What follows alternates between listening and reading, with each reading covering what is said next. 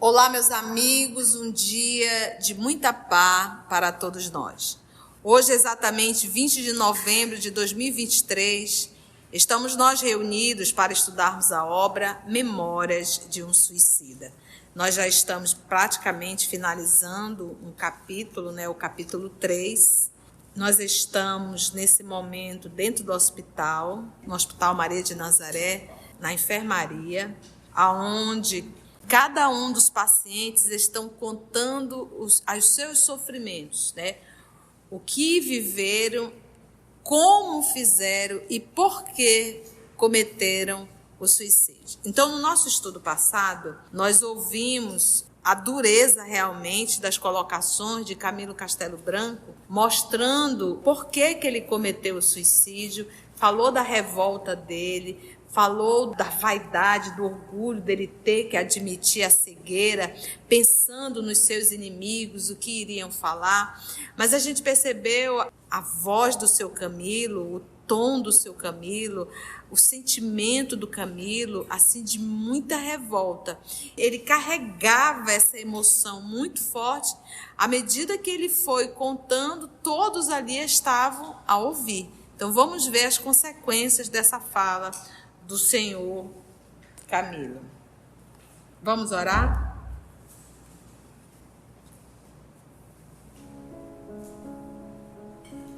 Divino amigo Jesus, amigos espirituais aqui presentes e acima de tudo o nosso Deus, o nosso Pai Criador.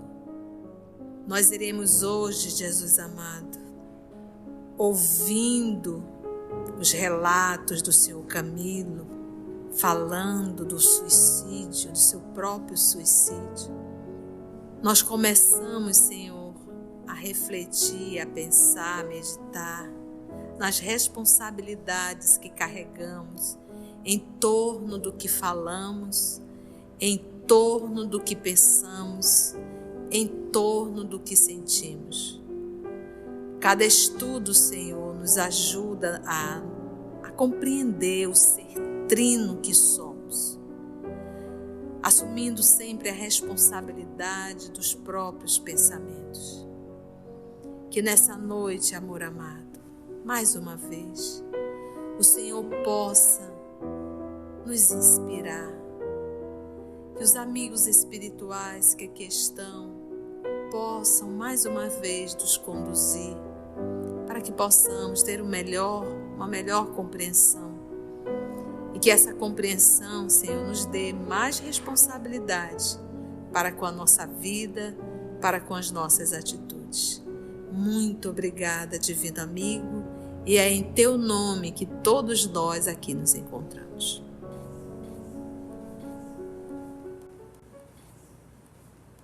Então, vamos ver as consequências da fala do seu Camilo. Não pude mais.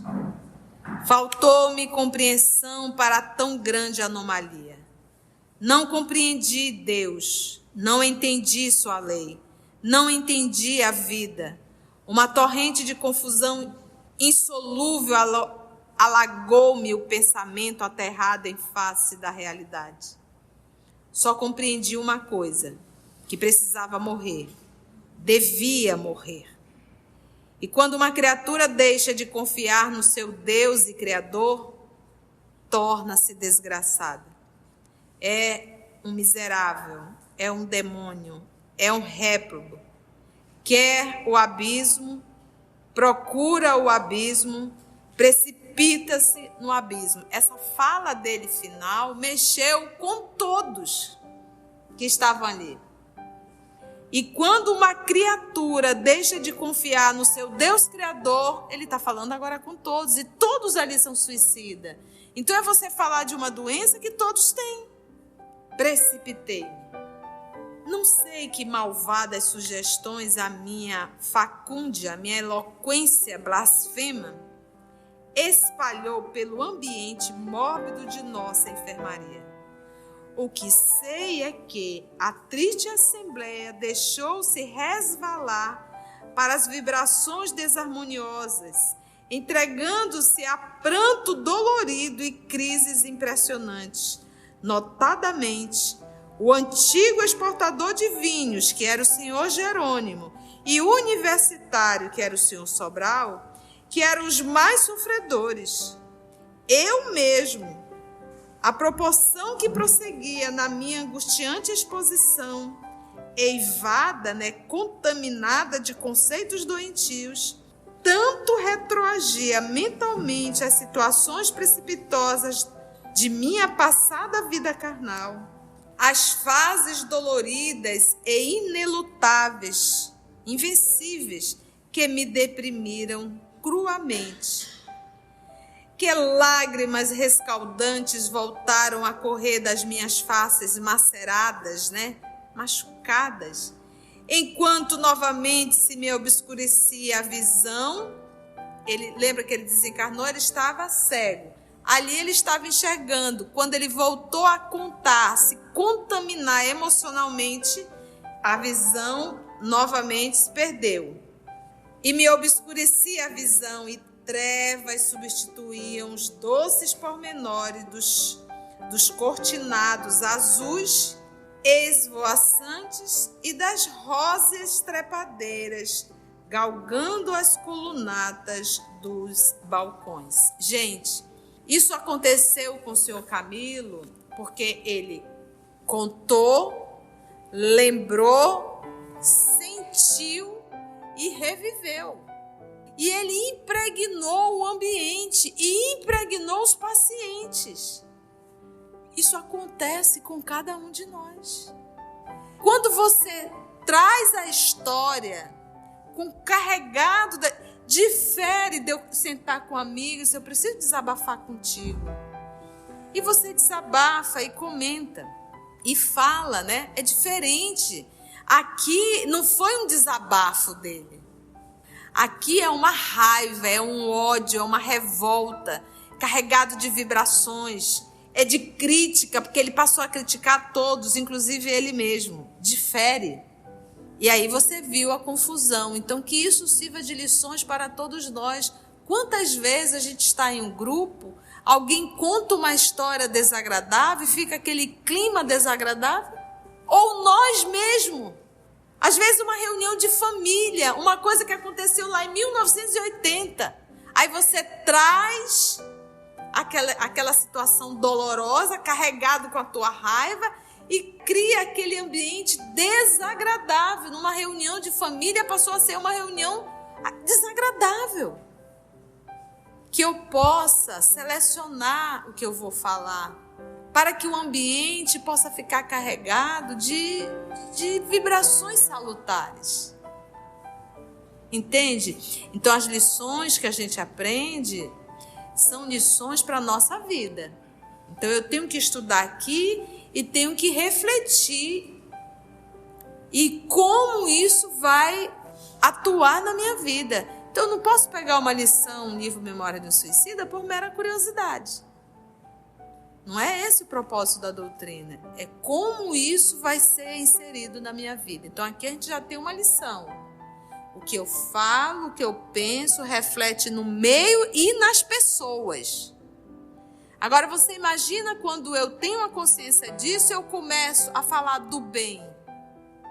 Por que quando a gente começa numa reunião a falar de Jesus, o ambiente muda? Mas a gente se envergonha de falar de Jesus em família, em grupo.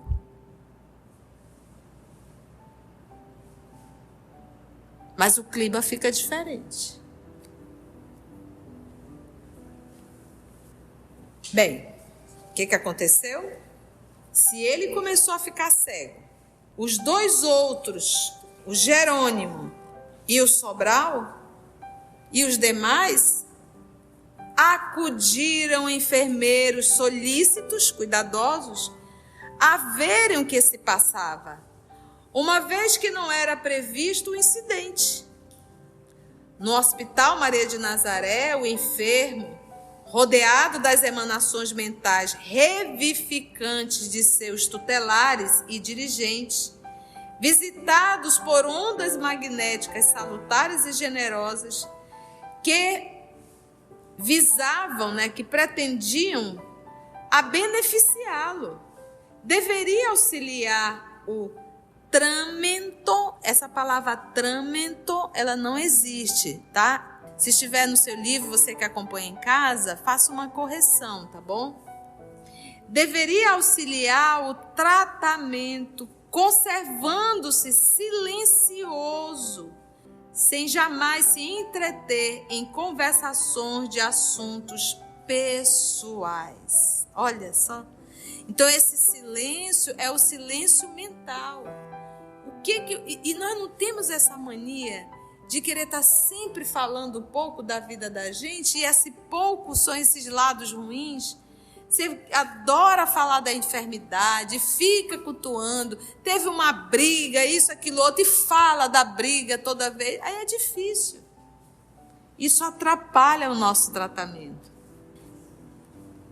Conviria ali na enfermaria repousar, procurar esquecer o passado tormentoso, varrer recordações chocantes, refazendo-se quanto possível das longas dilacerações que desde muito o acutilavam, golpeavam. Então a gente para, e isso serve para a gente. Não fica remoendo. Você passou por uma situação difícil, um assalto. Aí você fica lembrando do assalto, Você vai adoecer. Então, aquilo que viveu e que foi ruim, esquece. Não dá mais. Se foi tão ruim, por que eu tenho que estar lembrando sempre? Até para eu receber uma assistência espiritual, eu preciso me ajudar. Buscar e acharei, bater e a porta será aberta. Então a gente tem que fazer esse movimento de ajudar com a nossa mente. Quantas vezes a gente está fazendo diálogo e a gente conversa, a pessoa vai e volta no assunto. Conversa, a pessoa vai e volta no assunto. Ou seja, a pessoa não quer mudar o seu campo mental. Então, nós precisamos nos esforçar para oferecermos uma mente apaziguada. Os espíritos nobres, eles não vão tirar a tua liberdade mental. Quem faz isso é o obsessor. Espírito nobre respeita. Ele não tem como chegar e te obrigar a pensar no bem. Porque se ele te obriga a pensar no bem, o fato de te obrigar, isso já não é um bem. E te obrigar a pensar no bem não te torna um homem bom. Te torna um homem subjugado. O pensar no bem é uma conquista. E essa conquista, ela é individual e ela é intransferível. O dia que nós entendermos que tudo começa no pensamento. O Wesley passou, não me deu bom dia, não falou comigo, aí eu já fico aqui. O que será que eu fiz pro Wesley? Por que ele não falou comigo? Será que foi por causa disso? Será que foi por causa daquilo? E você entra nessa neurose. E isso é o suficiente para você surtar. Você perde a paz.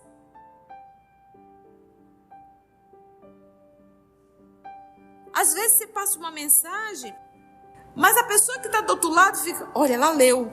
Ai, ela não respondeu. Ai, será que ela não gostou da minha pergunta? Ai, será que é isso? Será que ela está de mal de mim? Será que não sei o quê? A pessoa surta. E aí, meu filho, como a gente está aqui rodeado de inimigos, eles aproveitam essa tua loucura e começam a te dar mais ideia mesmo. É isso mesmo. Ela nem gosta de ti. Ela está chateada contigo. E aí vai enfiando essas coisas na tua cabeça e daqui a pouco tu chega lá comigo. O que foi que eu fiz contigo? Eu digo, eu não estou te entendendo. A pessoa já chega aos prantos. Então para com isso. A pessoa, você viu que a pessoa leu? Quando a pessoa puder, responde. Acabou. Então, são coisas pequenas que nos enlouquecem. São coisas pequenas que tiram a nossa paz. Porque nós somos pequenos. Qual será a preocupação do nosso Senhor Jesus Cristo? as guerras que ainda acontecem no nosso planeta, quantidade de crianças abandonadas, idosos sendo maltratados, mulheres sendo agredidas. Aí eu pergunto, estou preocupado com o quê? Entende? Então, à medida que nós vamos evoluindo, as nossas ocupações são outras. A gente tem que entender que a minha mente é o templo e que eu, na condição de um militar, eu devo estar vigilante constantemente para defender esse templo.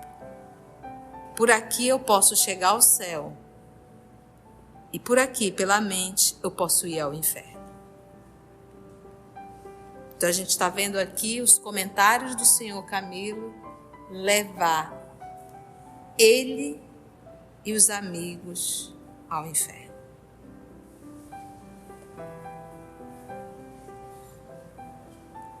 Conviria repousar, procurar esquecer o passado tormentoso, vou repetir, varrer recordações chocantes, tudo é para nós, gente. Refazendo-se quanto possível das longas dilacerações que desde muito o acutilavam, golpeavam. Fomos advertidos, portanto, como infratores de um dos mais importantes regulamentos internos.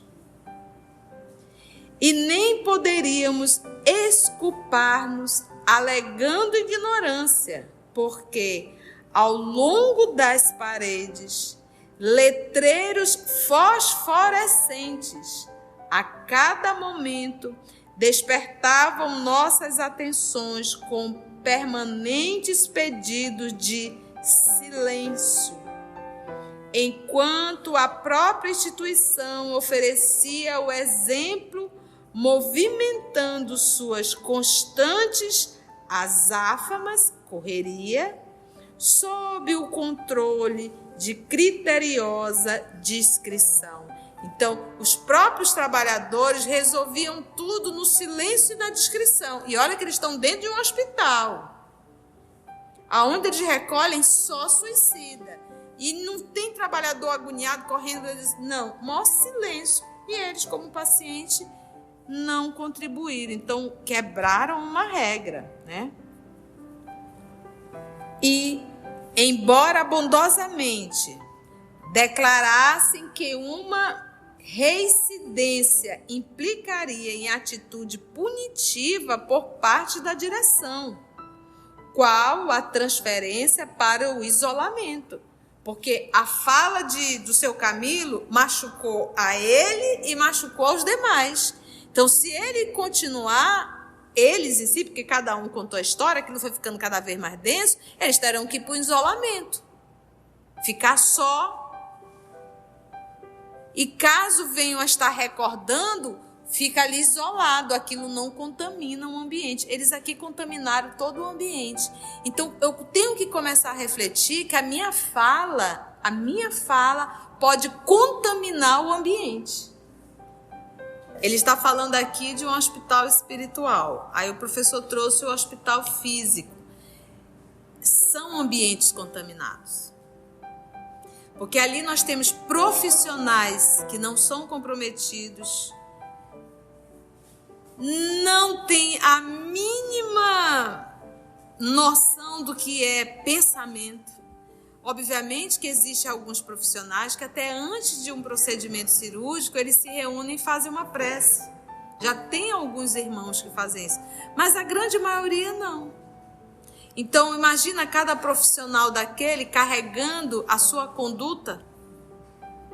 Imagina cada paciente, os vocabulários e os assuntos dentro de uma enfermaria. Eu me recordo uma vez, eu internada com o papai, porque a gente se interna junto, né? E o enfermeiro foi fazer um movimento com um rapaz e tinha que levar lá um determinado exercício respiratório e ele usava palavras pejorativas. E aquilo me incomodou. E eu olhei para ele e eu disse, enfermeiro, o termo correto, e eu disse a palavra correta, é aspirar. Aí ele olhou para mim e disse, desculpa, mas você via que o tom era desagradável. Então, obviamente que o ambiente é denso, do nosso planeta é denso. Então, isso me diz o quê? Eu tenho que me preparar muito mais para ir para um ambiente desse. Porque aonde tem luz não tem treva. A mesma forma, você está dentro de uma enfermaria. Evita aquelas conversinhas desagradáveis dentro da enfermaria, né? Eleve o pensamento, esteja ali em oração, em prece. Você vai para dentro de uma enfermaria, a gente como espírita não lembra disso. Deixa eu fazer uma prece aqui pelos pacientes, deixa eu fazer uma prece aqui pelos trabalhadores, deixa eu pedir aqui a assistência dos amigos espirituais. É aquilo que diz assim, olha, eu não tenho como apagar um incêndio, mas eu vou fazer a minha parte como espírita cristã. Agora, dizer que é um ambiente saudável, não é. Não existe na face da terra. Por que às vezes a gente busca um centro religioso e a gente diz, eu me sinto tão bem aqui, porque é um ambiente, obviamente que tem exceções, mas é um ambiente em que grande parte das pessoas estão orando, estão pensando no bem. Então acaba criando uma psicosfera agradável, entendestes? Então, disse assim, olha, eles iriam para o isolamento, pois o fato a repetir-se produziria distúrbios de consequências imprevisíveis, não somente para o nosso estado geral, mas também para a disciplina hospitalar, que deveria ser rigorosamente observada. O que nos levou a perceber serem mais austeras as regras no isolamento, mais temíveis as suas disciplinas. Então, aonde não existe respeito, tem que ter muita disciplina. Então, não dá para você deixar de qualquer jeito. Um carro sem freio é acidente. Uma humanidade sem disciplina é acidente, é a destruição. Tem que ter disciplina, tem que ter regra, tem que ter limite, tem que haver as punições. Aqueles estão sendo advertidos. Queria ter os filhos de qualquer jeito dentro de casa, para você ver onde que vai parar isso.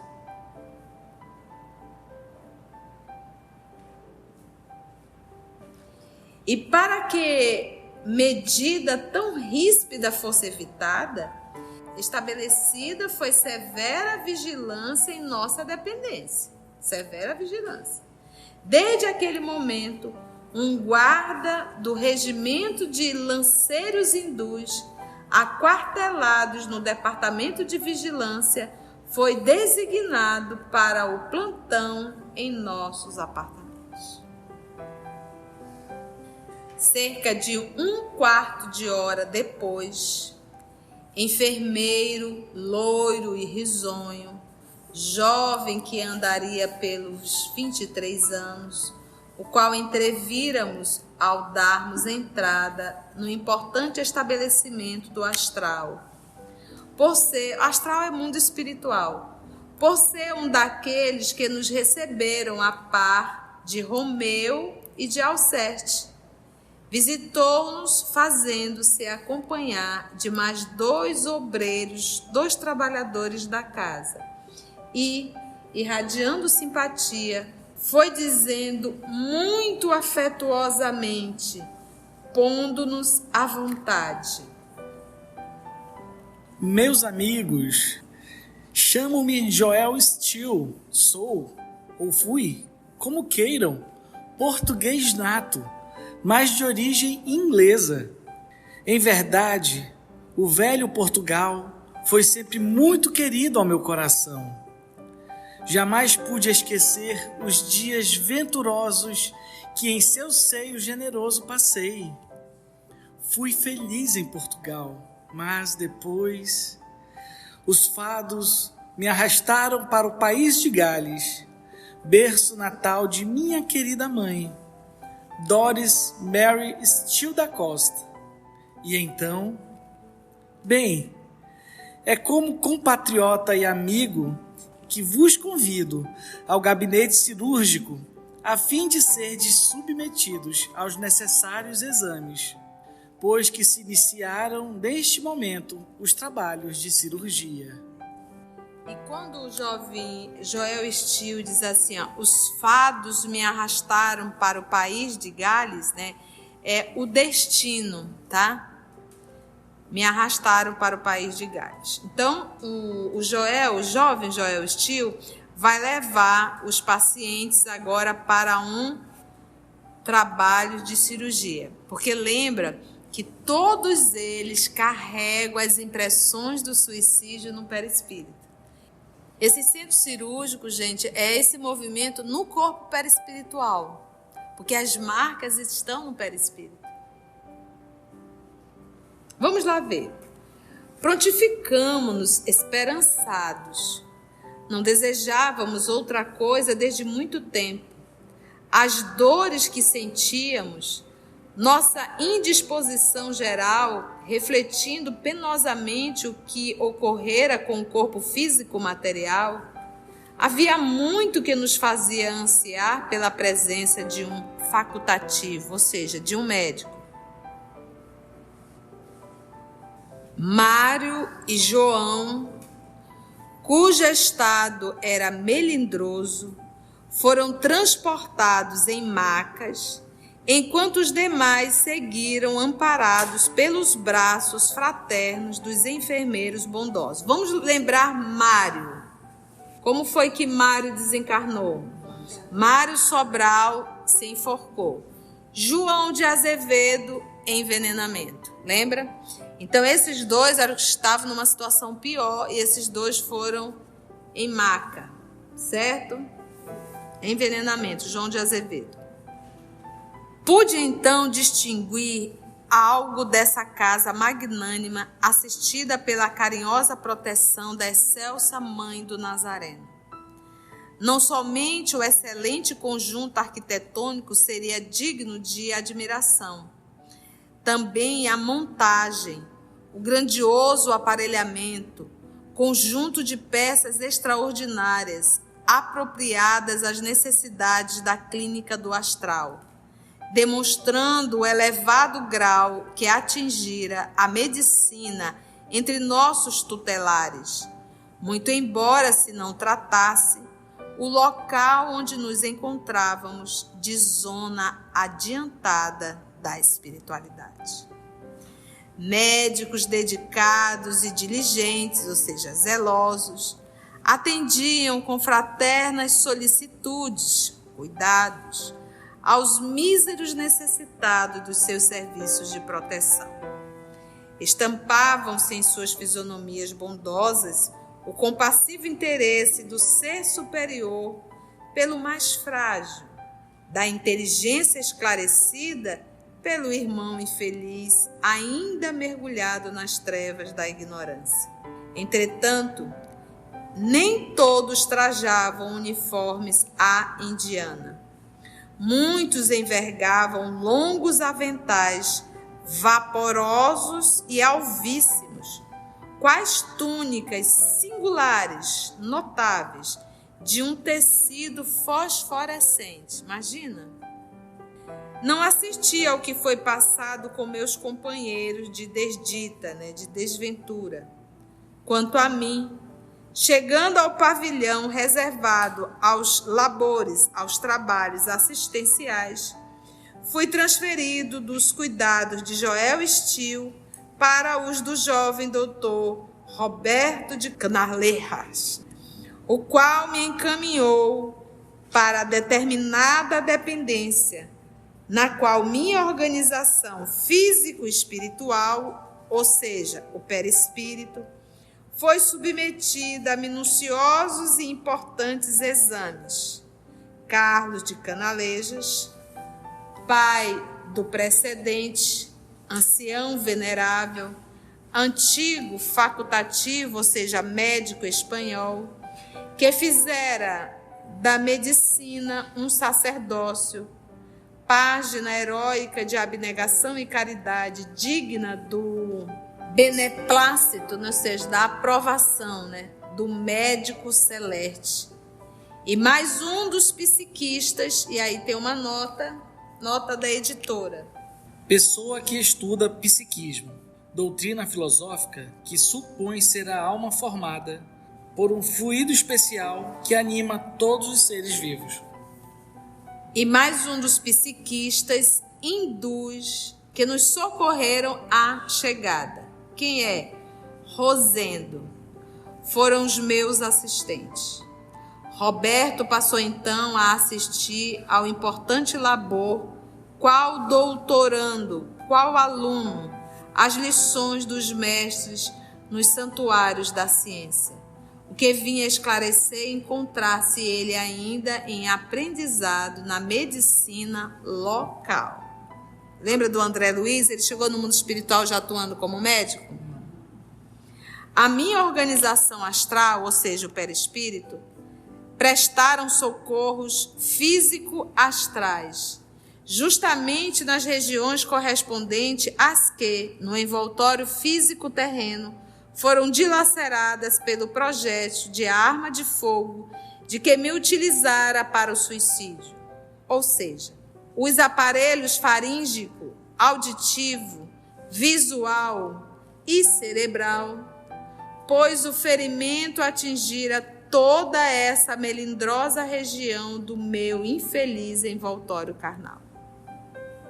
Era como se eu, quando o homem encarnado, e realmente assim fora, assim é com todas as criaturas, possuísse um segundo corpo, molde, modelo do que fora destruído pelo ato brutal do suicídio, como se eu fora duplo, e o segundo corpo, possuindo a faculdade de ser indestrutível, se ressentisse, No entanto, sentir o efeito, ressentir é sentir o efeito. No entanto, do quanto sucedesse ao primitivo. Primitivo é quem? O primeiro, que é quem? O corpo material. Qual se estranhas propriedades acústicas sustentassem repercussões vibratórias capazes de se prolongarem por indeterminado prazo, fazendo enfermar aquele que é o corpo astral, que é o corpo perispiritual. Então aqui ele fala na sua linguagem, Camilo, do corpo físico e desse corpo perispiritual. Cenas do próximo capítulo.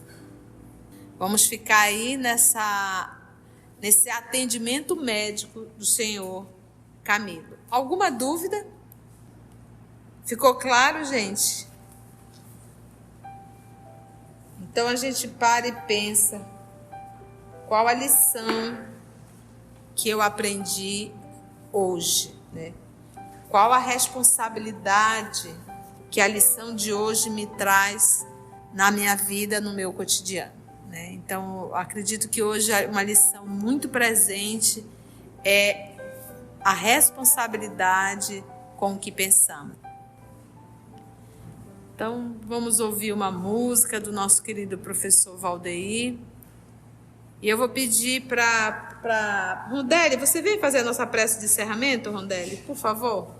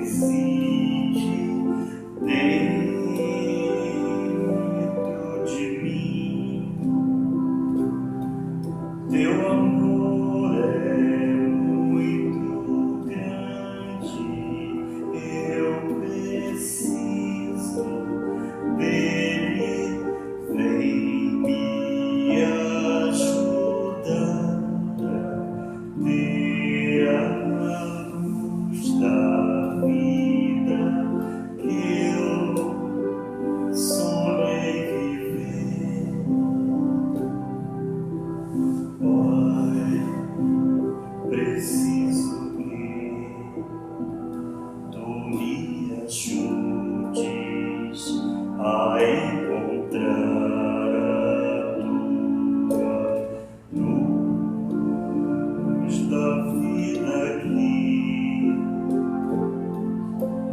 que reside bem dentro de mim. O amor é a luz da vida,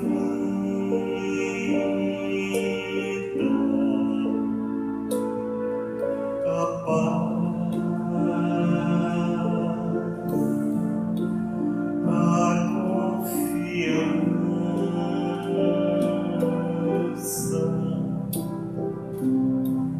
estrada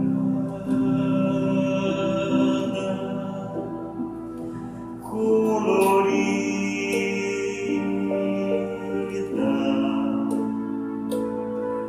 o amor é a luz da vida.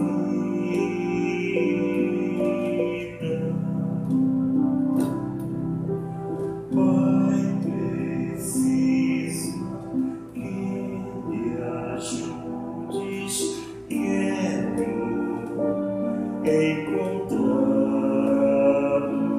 a luz da vida que reside dentro de mim.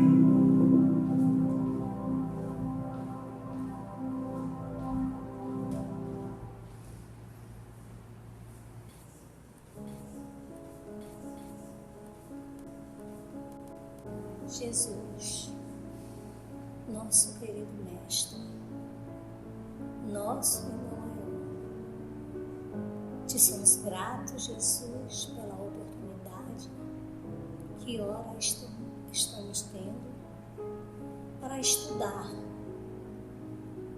um pouco mais daquilo que já começamos, que é os teus ensinamentos. Que nós possamos aproveitar esta oportunidade para aprendermos um pouco mais. Te pedimos, Jesus amado, que tu possa abençoar os nossos irmãos que hoje não puderam chegar até a nossa casa para o estudo. Abençoa também, Jesus querido, aqueles que ainda caminham na escuridão, que ainda não encontraram o teu caminho, a tua luz. Te somos gratos, muita gratidão, Jesus, por tu nos receber na tua casa, pela tua paciência para conosco, mesmo conhecendo as nossas dificuldades, mas tu também conheces a nossa boa vontade de nos tornarmos melhores. Envolve cada um de nós que aqui nos encontramos no teu amor, na tua bondade, para que nós possamos chegar em nossos destinos em paz. Fica conosco, Jesus querido, hoje